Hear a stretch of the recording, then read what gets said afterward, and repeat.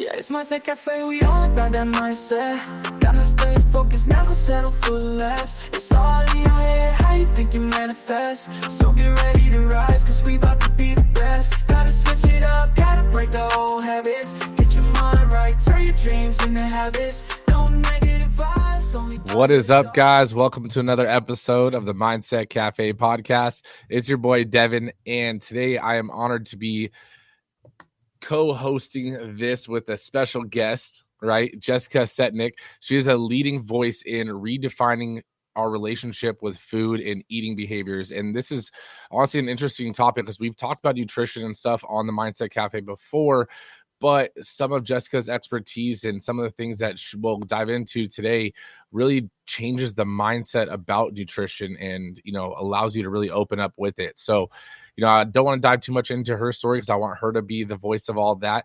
But, without further ado, Jessica, thank you so much for taking the time out of your day to hop on. I am delighted to be here, and you already have me super enthusiastic because I do a lot of podcast interviews and not everyone gets it. And I can tell you already get it without me even saying anything. So no, thank you so much. And I mean, before we get diving into the nutrition and everything like that, I always like to start with, your backstory, and not from a professional standpoint, but what was your childhood bring up? What was your, childhood like? And then we kind of transition into, where we're at today. So you want to do some therapy. Got it. Okay. So my childhood, I can tell you, I have lots of mixed feelings about it. My dad was an entrepreneur. My mom was a librarian.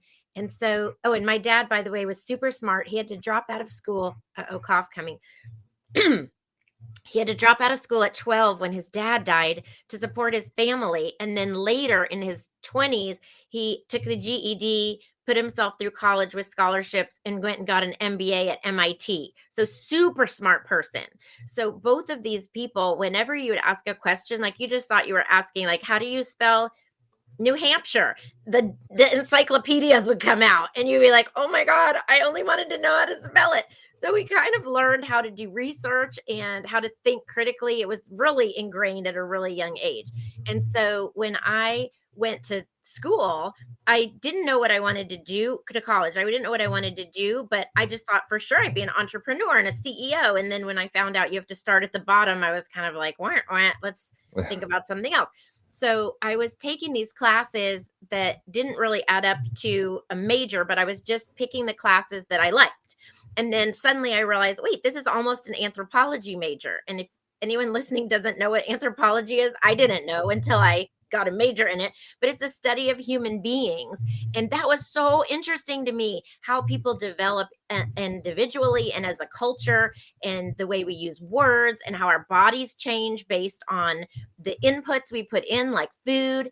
And I thought it was so interesting. So then when I took a nutrition class as an elective, it was like this aha moment of putting this all together. And I love the idea of how people develop on an individual level, not just on a culture or population level, but how people make the decisions they make about eating and how it affects them. And I thought this was super fascinating. And I was like, oh, I have a career. I have a direction now. And that's how I became a dietitian. That's so awesome. So, I mean, the anthropology and everything, right? That is so interesting. It was, kind of how I went about college as well. So that's the funny thing. I didn't go to anthropology, but I went to kinesiology. And that was from starting as a business management major, not knowing what I wanted to do. And then all of a sudden I remember sitting in accounting class and I was like, okay, this is definitely not where it's at. And then, I was working as a personal trainer and I was like, wait, I can get a degree in this? This is way more fun learning about how the body moves and everything. So it's so cool to hear someone similar story like that. And yeah. So, well, and we have something in I'll go for it. No. We're back. Okay. Yeah. So we're not live, right? We're just recording. Yep. Okay, great. So we have something in common because when I took that nutrition class in college, there was no nutrition major, but they had a few nutrition classes in the nursing school. So the next one after nutrition was nutrition for fitness. So I took nutrition for fitness. And I was like, I am going to be a sports nutritionist. Done. Sold. And I went to the college counseling office and they had nothing on any of this. And I found this one book called Your Career in Sports. And in the one book, I found one page that said sports nutritionist. And it said your success in this career. Oh, first it said your salary would be 7,000 to 80,000 plus. And I was like, okay, I'm definitely in the 80,000 plus. That 7,000 is a definite no. And it said your success in this field will have to do with your education, your motivation, and your communication skills. And I was like, sold. Like, I got it. And that's how I then got to decide I wanted to get a master's in sports nutrition, because I wanted to be the nutritionist for the Dallas Cowboys, which was not a job that existed, but I was like, I will just convince them that this is what they need from me. And I was the mascot of our football team in college. And so I was like, that'll be a credential. I'll just tell them I know all about football. It was so misguided, but it was just enthusiasm just bursting out of me. And I think that's probably what you're describing too. Like when you find something that you're like, whoa, this is so interesting. And there's probably someone who feels that way about accounting, but it wasn't you. And you felt that way about kinesiology. And you were like, oh, phew, there's a path for me that I can enjoy and also make a living. That's how I felt about sports nutrition. But once I got into the master's program, I realized, okay, we're not really talking about that stuff that I wanted to talk about, like the psychology of eating and why people make the choices they make and why people do things that they regret immediately. Why did you do it if you regret it, right? All that stuff. And I found that even though that to me belongs in sports nutrition, it belongs in diabetes nutrition, it belongs in every kind of nutrition.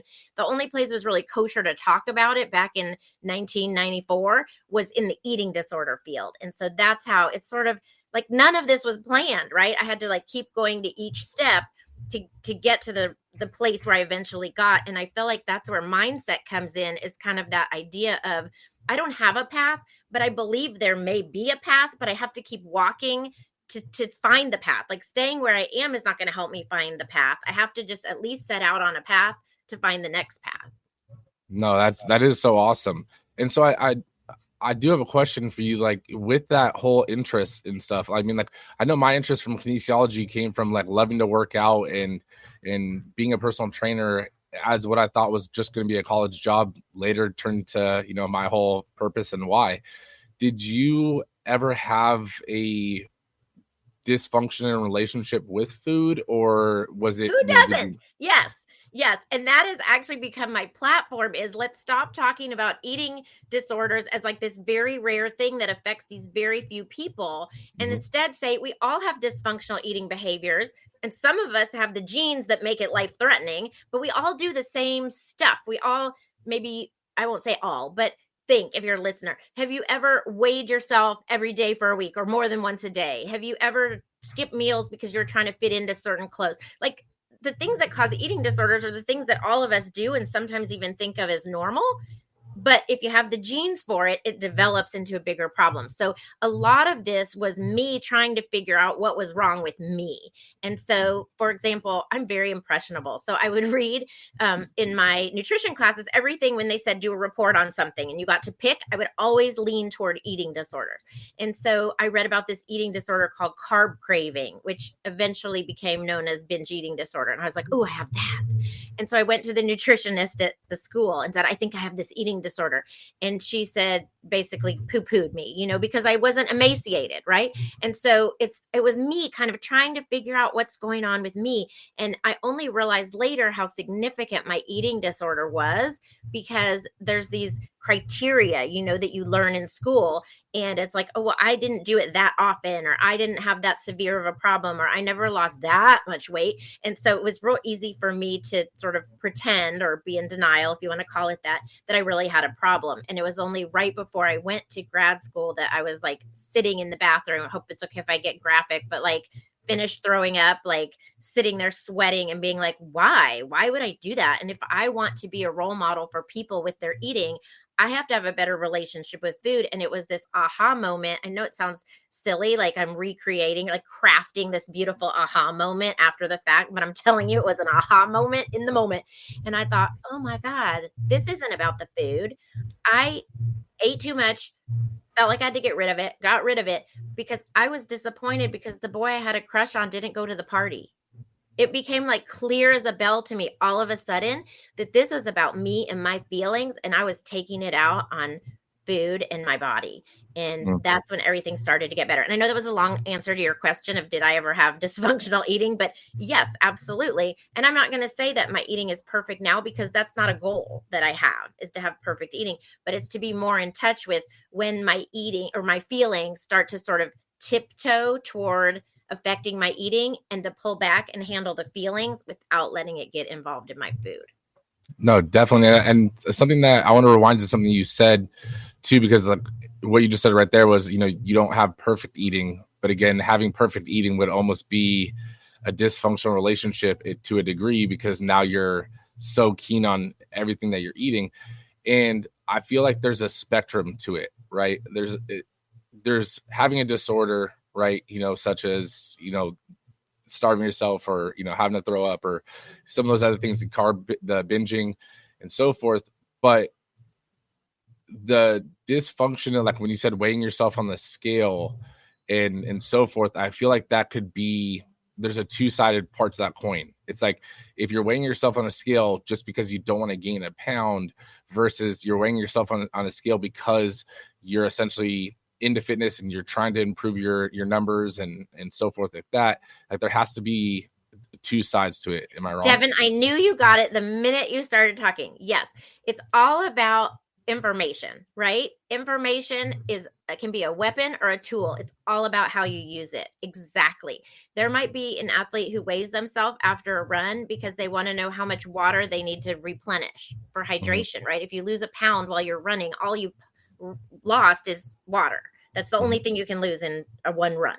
And so that could be a beneficial reason, right? If someone like eats a handful of carrots and then gets on the scale to see if they've gained weight, right? It's just a scale. The scale can't control things, but it's the motivation you have to go to it. And then it's how you feel when you're walking away. And the PS is whatever you think getting on the scale solves, if you have to go back again a little while later, it didn't solve it, right? If it's just information, then you get on the scale and you're like, oh, good information, bye. But if you feel compelled, like, but maybe I need to check now, then that tells me that information didn't solve it for you. So there's some other kind of need underneath. Yes. And like that's one of the things, like with our clients, like at our gyms and stuff too, like we don't just do weight, because weight is a very generic number. And I like to like relationship to that. Someone saying like, oh, I had 100-calorie snack. And I'm like, okay, of what? Like that's that there's so many other things that go into that. So like for us, we have a body composition scanner that does, it's the InBody that does your body mass, your muscle mass, all that stuff. And I was like, at the end of the day, you might go up or down a pound on the scale. I don't care about that. I care about the other numbers so that I can use those in the formula to help you with your meal plan, or help you with, knowing your numbers, essentially your stats, to keep you improving. You know what I love about that? Because there are people who can obsess about that stuff. So again, it's a weapon or tool, right? And you're trying to help people use it as a tool. What I love is that you're trying to use it as a tool for people to compare to themselves, and not to compare to other people, and not to compare to fictitious standards. That's so important too.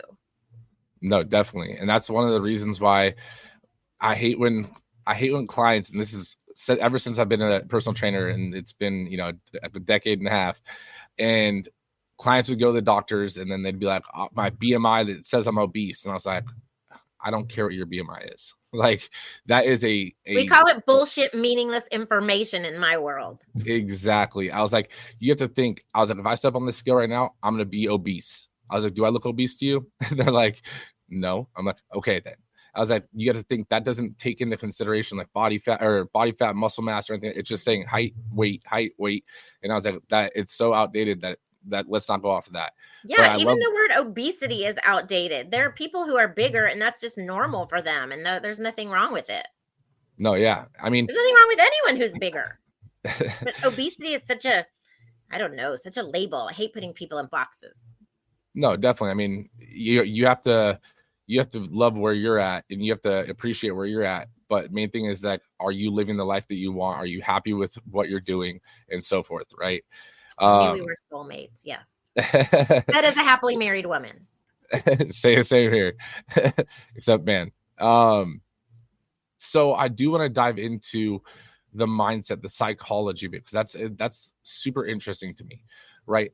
How, especially with I know at least like one of the basic, answers would be social media and pressures like that. But how does one start to get out of essentially that trap that social media or magazines or news starts to create, that you have to look like this to be, good looking or be great? Yeah, so it's really complicated, as you know, because, all of this was going on before social media, but social media brings it to you like 24/7. Like with a magazine, you'd have to at least go to the store and buy a magazine. And with, the way TV used to be, it was like shows were on and then they weren't on anymore. And now it's like 24/7, you can get all the information you want. Mm-hmm. And or all the imagery, etc. And so just one tiny example, one study was done probably 15, 20 years ago before social media, and it was just people putting a magazine into that plastic magazine rack while they walked on the treadmill or jogged on the treadmill. And it showed that people who looked at like a nature magazine had all these good chemicals in their body. People who looked at a fitness magazine and were looking at pictures, imagery of, super fit people, they didn't have those same effects. They didn't feel like that elevated mood when they got off the treadmill. It totally ruined it for them. And so I feel like that's kind of what social media is doing, is sort of ruining our ability to be happy with what's going on in our own lives, because we're just constantly comparing. And this is going to sound super weird, okay? But let's go back to ancient history. For a long time, people didn't have the ability to see what they looked like. Okay. I mean, maybe they could like look down into a pool of water and see sort of a, ripply reflection, or maybe they had like a shiny piece of metal that they could sort of look in and see what they look like. But people were not as able to see there were no photographs, right? There was no such thing as mirrors. So our brains have not developed to absorb all this information about even ourselves and then compare it to other people. So it's very confusing. It's almost like hearing your own voice. For most of history, people only heard their voice as spoken. They couldn't hear a recording of their voice. So our brains have not developed to adapt to hearing our own voice. So lots of people hate hearing their voice when they hear it recorded, because we don't have the ability to process it correctly. And I think maybe it's the same thing with the way we look. We are bombarded all the time with photos of ourselves, selfies, and all kinds of imagery of ourselves, and we don't really have the tools to process it correctly and say, that's not really me. That's a two-dimensional image of me or a snapshot of me in time. And so that's where I feel like things get really muddied with social media, because it's not just seeing pictures of others, it's seeing pictures of ourselves. And then we're not only comparing ourselves to others, we're comparing ourselves to the bad angle. If you happen to have the bad luck to be the person on the end and your arm is like the closest to the camera and it looks giant, you can make up all kinds of stuff based on this imagery. So I would say yes to social media, but I would say social media, it's because it exacerbates the amount of imagery coming in for us. No, I definitely agree with that. And I guess the reason I'm going to kind of go into this tangent is I do have a 3-year-old daughter, right? And knowing that one day this is, hopefully it doesn't ever happen, but it might be a topic that, we have to talk. I'm not saying that it can't happen with boys and so forth, but I've just seen it in my lifetime more with like, women in my family and, even one of my sister-in-laws. And so it's like this idea that you have to look a certain way, and then you basically almost view food as the enemy, right? Instead of realizing that food is actually, to get the body that you want, you could actually have an amazing diet and, work out and everything like that. You don't have to just eliminate food, right? So let's say someone comes to you and they view food as the enemy, right? Because they want to look essentially like a magazine model, right? What would your reframing to them start to be? I know It's kind of a complicated question, but yeah, no, I totally get it. And I don't work with individuals anymore except in my workshops. But you're just touching. I mean, my workshop called Healing Your Inner Ear used to be called Making Food Your Friend Again. So I loved how you said food feels like the enemy. What I would reframe for someone is, I would say, what is it that you imagine will be different about your life if your body were different? And I will listen very closely for what they say. I would have more confidence. People would like me better. I would have an easier time getting to class. I don't know what it would be. I'd have an easier time picking clothes out in the morning. I wouldn't feel as paranoid about everything I eat. And whatever those items are that they imagine changing their body is going to get them, I would try to help them work toward getting those things without changing their body. So it's like, let's separate this. I will help you with your food, no problem. But helping you with your food doesn't guarantee that you're going to feel more confident, doesn't guarantee that people will like you better, doesn't guarantee you'll have an easier time in school, right? So let's use that sort of thing we're blaming on the body and figure out what are those things that you may be able to work with a coach on more confidence, even without losing weight. I'm not saying that your body might not change, but no matter what size your body is, you deserve to feel confident. And so let's figure out what those other things are that seem like, oh, I can only grasp that if I also change my body. So that would be number one, is figuring out what it is you're really going for, that you're sort of using the language of changing your body to try to get. The other side is, I usually use a description of a couch or a car. If you live in like a commuter place, think about a couch, because not everyone has a car. But if you have a couch at home, think about it like this. Do you love your couch? Like, do you like hug your couch and be like, I love you so much? Like, probably not.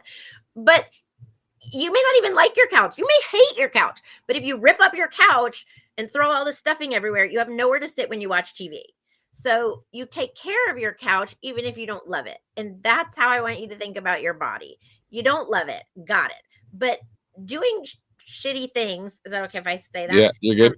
Okay, to your body doesn't actually help you love your body more. So let's work on taking care of your body for that future you that either is more accepting of your body, or maybe for you in a different shaped body, if that's what happens. But let's take care of you now, so that you have practice, and PS, you have a place to live. I love that. And I love that. I'm a huge analogy person. Like, I love analogies and being able to create it so it gives someone a better view of the situation or of the topic. So I think that is huge. And I love the couch and the car analogy too. Well, here's another one for you then. If All right. you are driving a Pinto, I don't even know if they make those anymore, but I'm just thinking of like a little, a gremlin, and you're like, oh, I throw my trash all around the car and I don't really get it washed because it's so blah. But when I have a Porsche, I am going to like wash it and wax it and take care of it and park it in the garage. And it's going to be like number one. Excuse me. Well, then start taking care of your Pinto or your gremlin, because otherwise you don't have the skills. And when you do get that Porsche, you're not going to remember to wash it every day or wax it or take your trash out every day, because you haven't developed those skills. So if you're hoping to have a different car someday, treat the car you've got now as best you possibly can. And whatever that means to you, if that means getting a facial once a week or a pedicure or taking bubble baths or just getting like a fancy hand lotion that smells really good, like whatever it is you imagine you would do to take care of yourself when you're different, start doing it now. No, definitely. And unlike a couch, unlike a car, you don't get another body. Right. Yeah, and so that's the one thing I want to like stress too, is like, you don't get another one of these. And so it's like, even if you don't like it, maybe I'll give you a story, for example, right? My first car was a 1990 Honda Accord, right? And it wasn't the sexiest car. It was, my grandma's old car, and, I tinted the windows, and I loved it because I had a car, right? But I didn't love it that I had a 1990, that basically little hoopty car. But then I started to love little things about it, right? And so sometimes you might not love your body, but you can appreciate certain attributes or certain things, and that will give you at least a little bit of light to start to appreciate it as a whole, because, again, you only get one of them. And I will say about the 1990 Accord, I remember I would still wish my car now had this, is the seatbelt that you close the door and goes, and it like, rolls up and locks. That was the coolest thing. I love that idea that we start really small. And I also love that you use the word appreciation, right? It doesn't have to be body love. It doesn't even have to be body acceptance, but body appreciation. That's cool. Mm-hmm. Yeah. I mean, you don't need to enjoy everything, but if you can appreciate it and be grateful, because some people don't have what you have, and they wish they could have the body you had. You know Right? what I really appreciate is when I get like, I don't know, I'm always having little accidents and cutting myself with just in the kitchen and stuff like that. I'm always really amazed that my body can heal. Like when I see a scab form and then it gets smaller, like stuff like that. I feel like everyone has that, but we overlook it as so little or minute. And really, healing is even an amazing thing. I know it's not about how your body looks, but it's something that maybe if someone could start really small if they need to and just appreciate that tiny thing that your body can heal a paper cut. That's weird. I Yeah. don't know how it works, but it No. happens. Yeah, there's no right way or wrong way to what to appreciate and what not to appreciate. It's what can you start appreciating? What can you have gratitude for now? And then it will build, because the more you start to have a gratitude mindset, or at least a view of gratitude or appreciation, that light starts to brighten and brighten and brighten, and then you start to view other things. My saying I always go to is, how you do one thing is how you do everything. So if you can start appreciating something, you'll start being more appreciative of a lot of things, and over time those little things start to compound, and then you won't even notice it, and all of a sudden looking back you're like, wow, I'm surprised I didn't appreciate all these things. I love that idea. I think of it like when I'm trying to ask someone to kind of change a habit, is like a super highway. Like I live in Dallas. So let's say I'm driving to Houston. I go 85, whatever the speed limit is, plus like 5 or 10, right? I don't know how many exits there are from Dallas to Houston. If you ask me how many exit ramps, I have no idea. But if you ask me to drive 35 miles an hour down the highway, I could probably pick them out. I probably also get crashed into. So a middle ground is sort of like, hey, how about trying to notice 3 exits on the highway, right? Mhm. And that's the way you sort of start to build, and then you're able to sort of build that skill. And I think that's the same thing you're saying, is that if you can start small and appreciate one thing or 2 things or 3 things, it doesn't turn you into someone overnight who like walks around like, I love my body. Like, who does that? But it gets you sort of in that right direction. So the momentum starts to build, and it somehow becomes sort of automatic. And here's the thing, you probably know this, maybe you don't, I don't know, I didn't know it, but when you actually change those habits, you're actually changing neural pathways in your brain. So at first it's really hard to do, and then it does actually become more automatic. It's like tying your shoe. Like when you learn to tie your shoe, I don't know, there's a lot of Velcro now, but if you learn to tie your shoe, it's like loop, oops, start again. And now you can probably tie your shoes with your eyes closed, but it's not because tying your shoe became easier. It's because your skills got better. So I love that mindset of working on your skills, even though it feels awkward and weird at first, because it just takes time. No one learns Mandarin Chinese in one day. You just have to keep practicing, and then it becomes more innate. Absolutely. Yeah. Yes. You're on the same page. Exactly. So I do want to kind of take a pivot and go into what roles, or I get, what role does this like diet culture or this diet fads in societal expectations play in unhealthy eating habits? It's enormous. It's like we're all swimming in this ocean, and no matter how sort of pure, I don't know, that's not quite the right word, I'll use safe. No matter how safe we make our own home, where everyone is accepted, everybody is beautiful, everyone is loved and safe, everyone gets nourished when their body needs it, all of that, you still walk out into the world and you get sort of drowned with this diet culture everywhere. And it's really hard to keep that North Star, let's call it, or keep that direction that you even, and you talked about your daughter, everything that you're trying to give her, excuse me, everything that you're trying to give her, there's that danger that it all just gets flooded away when she leaves home. And so the best defense against that is to speak it and to say, in our house, everybody's body is beautiful, appreciated. We love each other. We talk kindly to each other. We talk kindly to ourselves. Everyone's safe having feelings. But there's other places where that's not always true. And so if you are ever anywhere and you feel unsafe, or someone is commenting negatively on your body, or you don't feel good about yourself, I want you to tell me about it so we can talk through it together. And that's the only way to make it okay. You can't pretend that it's not out there. You also want to try not to bring it into your own home. If it does come into your own home in the form of a TV show or social media or something like that, how powerful is it to sit there and scroll through social media with your kid and say, I'm just curious. Show me the things that you like to look at. I'll show you the things that I like to look at, and just have a conversation. I keep pausing when I have a cough because I assume you're going to edit it out, or You someone's got going you. to. You're good. You got you. Okay.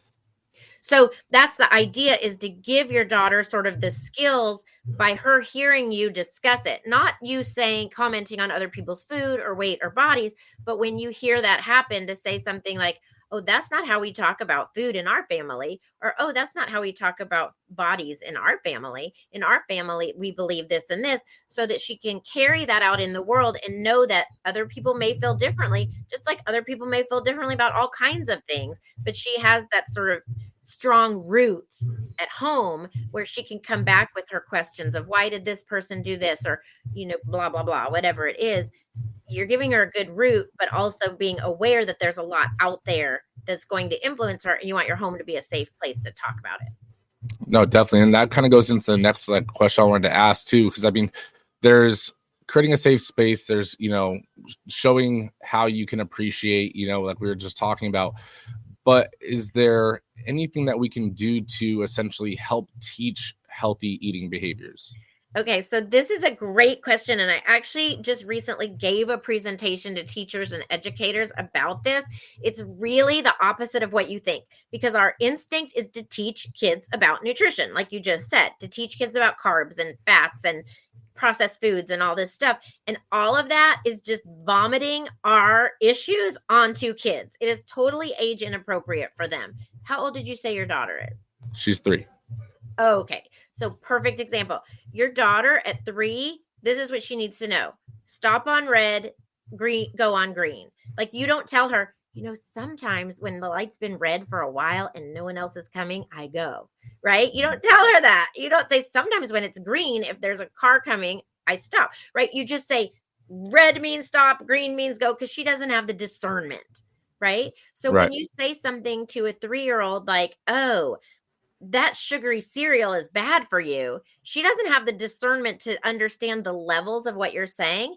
And if she sees a friend eat that sugary cereal, she's like, oh, is my friend going to die? That cereal is bad for you. Like, it's equal to saying, like, don't eat a penny. It's bad for you. You know what I mean? They don't have discernment. And so we're putting all this age inappropriate stuff onto kids. And what we really want to do is teach them to follow their own inner hunger cues. When they say, can I have something to eat? You can say, sure. Is your tummy hungry for this? Is your tummy hungry for that? We can talk about your tummy being hungry. Like, role modeling to them, saying things like, wow, I feel like I ate a little too much at that meal. That doesn't make my tummy feel good. So in other words, the lack of actual teaching information is not the lack of teaching.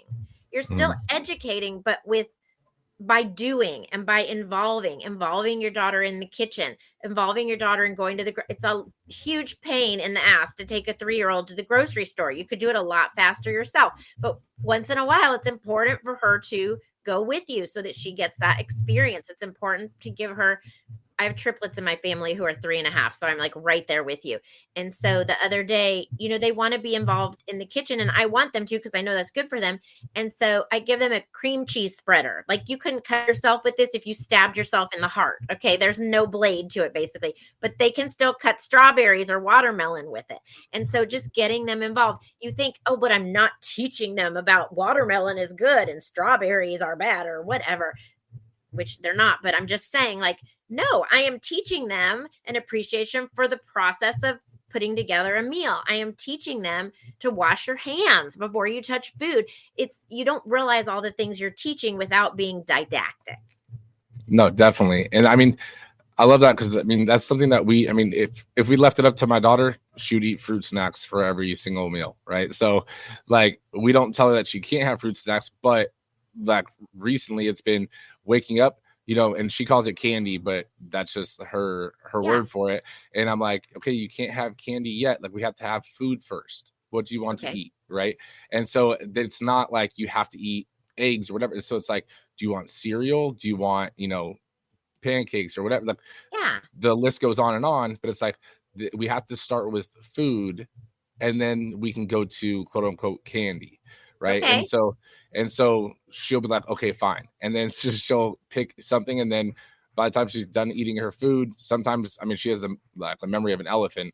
So when she's done, she's like, okay, candy now. I'm like, okay, let's wait. Just, are you still hungry? Do you want the candy now, or do you want it in a little bit? Right? And she's like, a little bit. And I'm like, okay, we'll have it in a little bit. Let me know.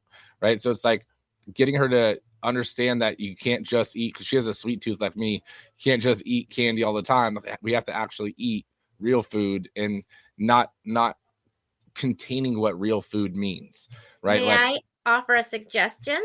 definitely. I would encourage you not to use the term real food, but I would phrase it more like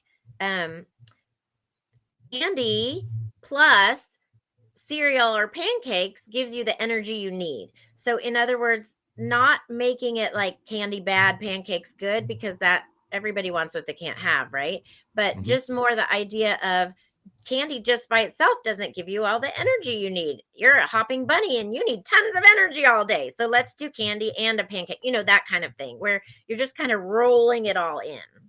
No, and we try to do that. Like, we don't say candy's bad, like you can't eat it. It's more, we try to do it like sequencing, like one and then two, right? So it's like dinner and then dessert, and it's not just dessert kind of thing. So try to show her that it's like, you could have this, but like these things go together, right? And one and then two kind of thing. And again, it could be she has her pick of whatever it is, but making sure that she still understands that it's like, you can't only have this, or else, she'll literally only eat that.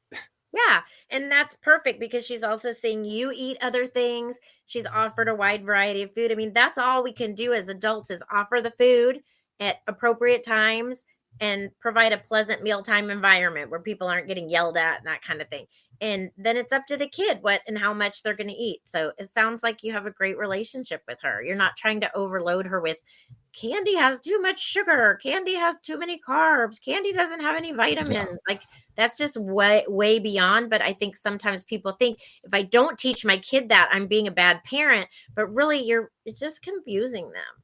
Oh yeah, and I mean, she's way too little to even understand that, or else she just hit the what phase. So if you say something she doesn't, it just goes into a spiral of what, why, what. And I'm like, okay, never mind. You win. You You know win. what? The kids in my family start at very young ages saying, if you say so. And my niece, who's now 17, I was like, that's so funny. The triplets are saying, if you say so. Do I say that a lot? And she said, yeah, you've always used that to get out of conversations with kids. When we would say things like, the moon might fall down, you just be like, okay, if you say so. So apparently sometimes you just have to opt out of those conversations. Otherwise it's going to be something you did not really want to spend an hour talking about. No, definitely. It's so funny that watching them grow and learn so fast. So I think just teaching them basic, things about food, not about carbs and sugars and all that kind of stuff, but just understanding that not using real foods, but that foods get paired with stuff, and to make a meal kind of thing. So I love that. And so before we get into like the last question, Okay. I want to preface it by saying it's not a tombstone, right? This is, even though I say that, some people still give me a tombstone answer, and we have to do this again. So it is the legacy wall, right? So on Jessica's legacy wall, what would be the one lasting message that you would leave for up and coming generations that you've learned along your life's journey, or about nutrition, whatever it may be? It could be short, long, but what would your one message be? That's so hard because there's so many things. But what's coming to my mind right now is it's about not following the rules, because the rules are made up. And I know maybe that sounds sort of anarchist, but I found that every time I've tried to sort of shrink myself, or someone has told me like, you can't do that, it makes me feel so bad. And then sometimes I just stop asking people what they think, because I just want to do what I want to do. I started a workshop I started a private practice on my own. My mom cried. She said, I don't want you to have a miserable life. I mean, I I feel like I painted the walls in my office, my first office, yellow and light blue, periwinkle blue, because I wanted it to be sunny and not look like a doctor's office. My uncle came in and I said, "Look at my yellow wall," and he said, "Oh, I'm sorry." Like, I mean, it's that kind of thing. Who made the rules that you can't have yellow walls, or that you can't be a single woman traveling to different states teaching a workshop that you made up? So that would be sort of my legacy, is don't be limited by rules that other people made. And oh my gosh, I can't believe this, but I just had this flashback. I don't know if anyone else did this, but when I was a teen, I'd cut out sayings from magazines and stick them to my wall. And one of them was for a jeans ad. And I don't remember what the jeans brand was or anything, but it said something like, boundaries when other people set them, their limitations; when you set them, their principles, something like that. And I realized, like, that having that on my wall, and you're asking me what I would write on my wall, I think that's something I would write on the wall, is basically, don't let other people set your boundaries for you, because that's limitations. Set your own boundaries to stay safe, but do things even if they've never been done before. That the only reason they haven't been done is because you haven't done it yet. I love that. That's awesome. Where can people connect with you at? My umbrella website is jessicasetnick.com, and that's where you can find out how to bring me as a speaker to your group or to do consultations with me. Everything is really there somewhere. And then there's also a page called Free Resources, which is tons of articles I've written and podcast interviews and presentations I've given that anyone can access if they want to hear more. Awesome. Well, guys, that will all be in the show notes. That'll also be, if you're watching on YouTube, in the video descriptions. But again, Jessica, I want to say thank you so much for taking the time out of your day. I love this conversation. Same. Food is such a weird topic that people, get sensitive around and stuff. And it's like, it's not bad. It's not, good. It's a tool. It's something that's just involved in your day, right? So thank you so much for coming on and really shaping the mindset of just nutrition. Love it. So happy we got to talk. We'll definitely connect again soon. Great. Negative vibes, only positive thoughts. Cause in the game of life, mindset causes shots. Got my mind on the prize, I can't be distracted. I stay on my grind, no time to be slacking.